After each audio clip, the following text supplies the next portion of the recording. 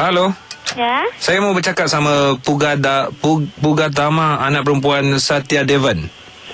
Ni kau dari mana ya? Saya call daripada pejabat Pulau Intan. Kejap ya.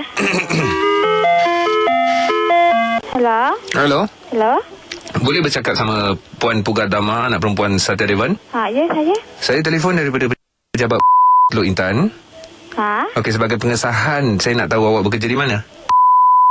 Awak kenal tak dengan Vishalachi, anak perempuan Maturasamy? Vishalachi? Ya. Dia bekerja sini. Ya, dia bekerja situ. Awak kenal dia? Kenal dia. Okey. Kerja saja. Dia bekerja lagi ataupun tidak? Tak ada.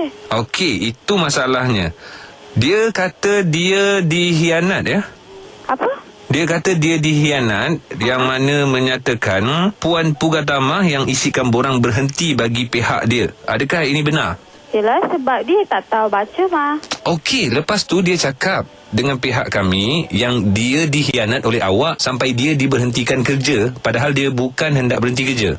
Mana dia sendiri nak berhenti sebab dia dah lama cuti kan. Dia lama cuti, sebab tu dia ambil cuti, lama cuti, sebab tu dia nak berhenti. Sebab tu saya tolongkan isikan untuk dia. Awak ada saksi tak? Saksi buat apa?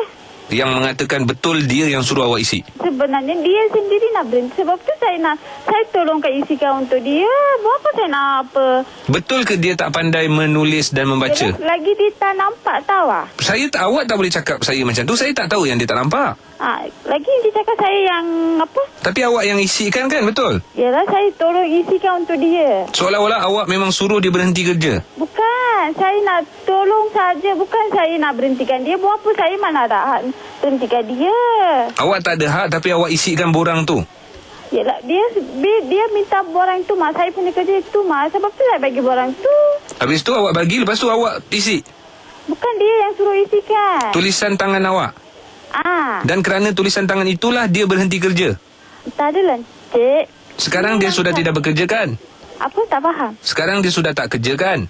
Ya. Sebab awak yang buat dia. Sebab dia sakit, sebab tu dia berhenti. Tapi awak yang isikan kan? Yelah, dia yang cakap tolong isikan. Buat apa saya nak bertanggungjawab sebab dia berhenti ya? Macam mana ni? Kalau awak putar belikkan fakta, awak boleh dikenakan tindakan. Sebab dia dah buat report ya?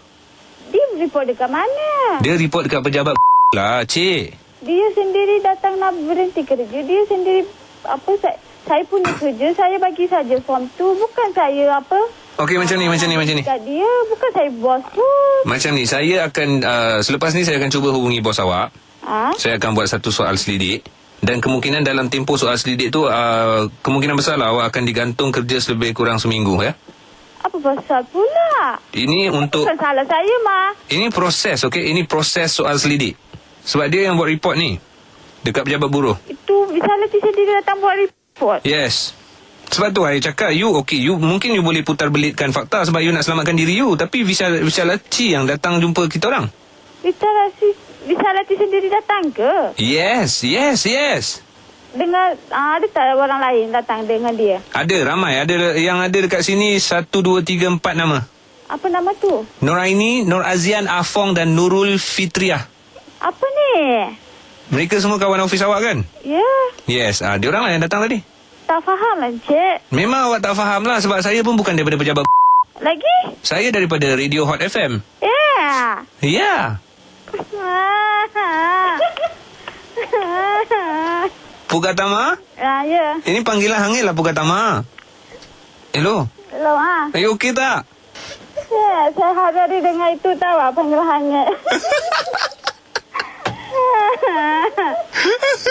Suruh pula orang ni. Dia memang tak.